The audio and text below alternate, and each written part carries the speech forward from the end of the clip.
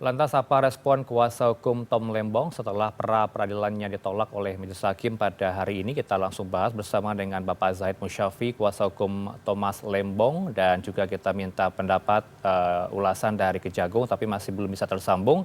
Termasuk kita minta pandangan dari hukum pidana dari Profesor Jamin Ginting selaku Guru Besar Fakultas Hukum UPH. Selamat sore, Profesor Jamin. Terlebih dahulu saya sapa karena baru tersambung dengan Profesor Jamin. Assalamualaikum, Selamat Prof. sore.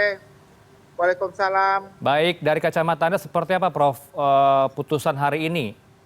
Tentu ini tidak mengenakan ya bagi Tom Lembong.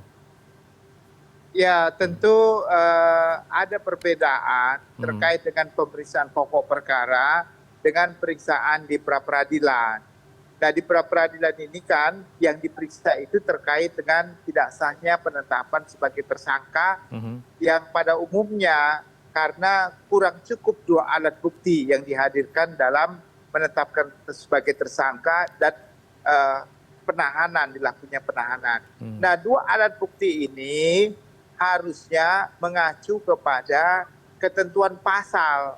Mau nggak mau harus terpaksa juga, harus diperiksa juga terkait dengan kronologi penerapan dua alat bukti itu terkait dengan pasal. Bahasa singkatnya begini, kalau ada contohnya Tom Lembong dikenakan pasal 2 dan pasal 3 terkait dengan perbuatan melawan hukum, nah bukti apa yang menetapkan dia sebagai tersangka? Contoh, ya, buktinya terkait dengan adanya kerugian negara. Nah, siapa yang menghitung kerugian negara? Berapa besar kerugian negaranya? Nah, jangan sampai jaksa yang menghitung sendiri atau BPK yang menghitung sendiri. Harus ada ahli yang pada saat itu atau pada saat ini yang mengerti tentang kerugian itu. Nah, itu biasanya nggak menjadi bahan pertimbangan bagi hakim di pra-peradilan. Dia, oh udah ada bukti, udah cukup. Itu yang pertama. Jadi satu lagi alat buktinya apa? Ada keterangan ahli yang menyatakan sudah cukup dua alat bukti keterangan ahli, pas satu lagi bukti surat. Jadi sangat sederhana seperti itulah penilaian bahwasanya sudah cukup dua alat bukti untuk menetapkan seorang sebagai tersangka dan ditahan. Nah, waktu kita membawa ke pengadilan, wah itu sangat gampang dipatahkan untuk menyatakan, oh permohonannya sudah sah, tidak bisa dikabulkan karena penahanan dan juga penetapan tersangka sudah sah. Nah, itulah saya secara singkat saya katakan pra-peradilan di Indonesia itu sepertinya gampang sekali lah untuk ditolak ya permohonannya.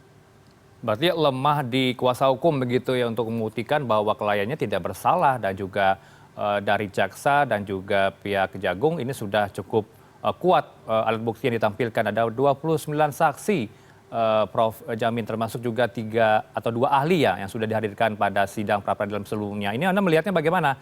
Kemudian nanti langkah berikutnya akan diambil oleh kuasa hukum Tom Lembong. Ya, saya kira harus diperkuat ya dalam konteks nanti di perkara pokoknya ya. Karena nanti kan akan diperiksa di perkara pokok. Nah, di perkara pokok itu harus benar-benar ya ahli dan juga para saksi fakta untuk bisa menyewujudkan dan menerangkan bahwa unsur pasal 2 dan pasal 3 itu tidak terbukti. Sekarang kan, terus terang saja saya, pasal 2 dan pasal 3 itu seperti pasal keranjang sampah begitu loh. Semua yang ada unsur kerugian negara, apakah itu tidak pidana di bidang apapun ya, mau mineral kek, mau saham kek, ya mau apa, semuanya kalau ada unsur kerugian negara masuk pasal 2 dan pasal 3. Pertanyaannya adalah kenapa ya selalu KPK dan jaksa cari gampangnya gitu untuk pakai pasal 2 dan pasal 3 gitu loh. Itu terlalu gampang begitu. Pokoknya ada khususnya. Padahal di ketentuan pidana lain ada mengatur sebagai suatu perbuatan pidana. Ya pakai pidana lain aja. Kalau dia minerba, minerba. Kalau dia saham, saham.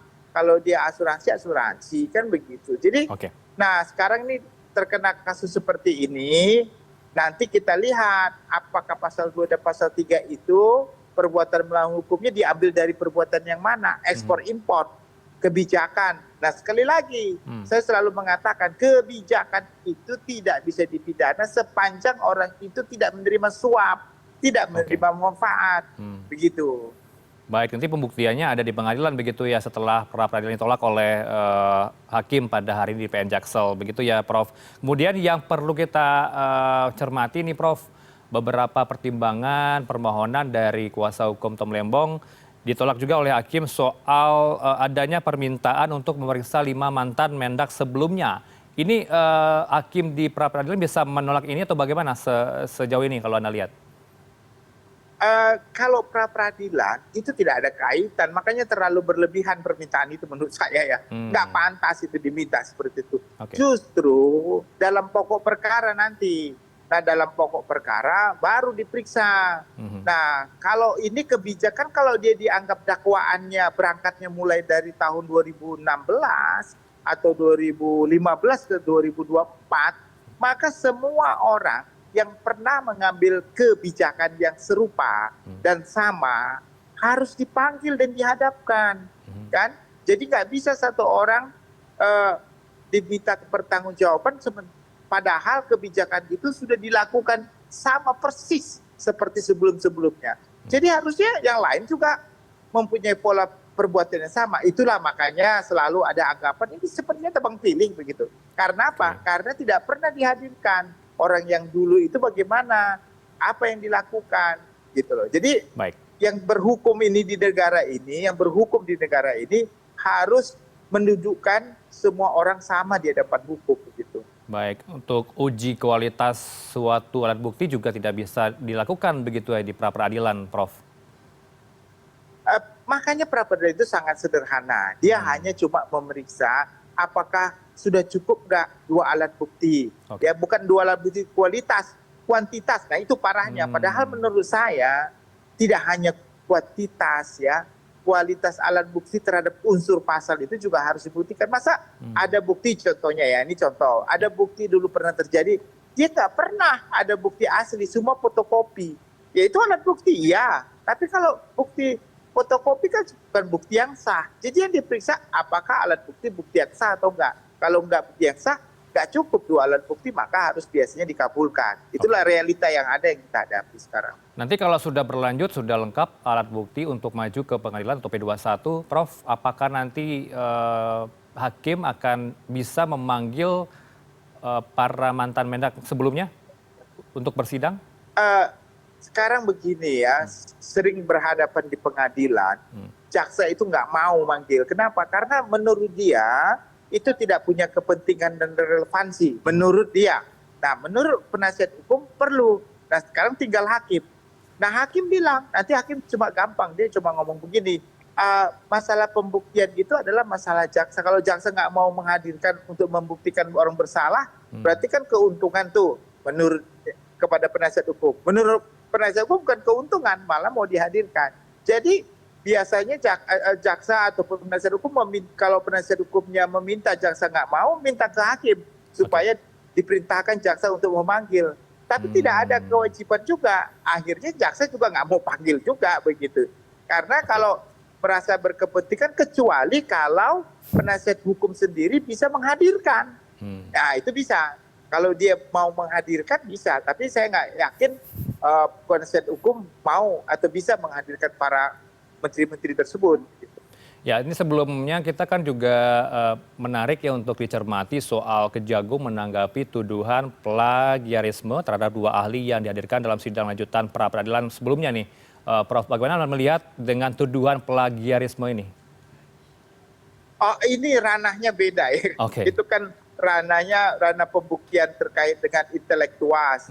Ya, artinya plagiarisme itu kan bukan pidana, itu etika ya, etika. Jadi secara etika sebagai seorang ahli ya bisa saja dia mengutip, tapi di citasi ya, citasi itu artinya disebutkan dia kutipnya dari mana. Nah bisa saja dia melakukan itu bukan karena dia melakukan atau orang lain. Tapi itu lebih kepada terkait dengan etika sebagai seorang ahli. Jadi nggak punya sanksi apa-apa terkait dengan pidana atau ya moral lah, saya kira itu terkait dengan moral kalau terbukti begitu. Oke, kemudian Prof, apakah nanti Tom Lembong bisa menjadi seorang whistleblower untuk melibatkan pihak lain? Saya kira semua orang boleh ya. Kalau dia sampai bisa mengetahui bahwasannya praktek perbuatan yang dia alami sekarang menjadi terpidana ini juga dilakukan oleh para menteri-menteri lainnya dan dia punya bukti yang kuat ke arah sana, saya kira dia cukup baik ya untuk bisa menjadi itu begitu justice collaborator. Baik, terima kasih untuk pandangannya Profesor Jamil Ginting. Sayang sekali kita tidak bisa tersambung dengan pihak lain, yaitu dari pihak kuasa hukumnya Tom Lembong, termasuk Kejagung. Tidak apa-apa, dengan Anda saja untuk pandangan hukumnya bagaimana kelanjutan dari babak baru kasus Tom Lembong. Terima kasih Profesor Jamil Ginting, Terima kasih. pengamat hukum Selamat UPH. sore. Selamat sore, Assalamualaikum.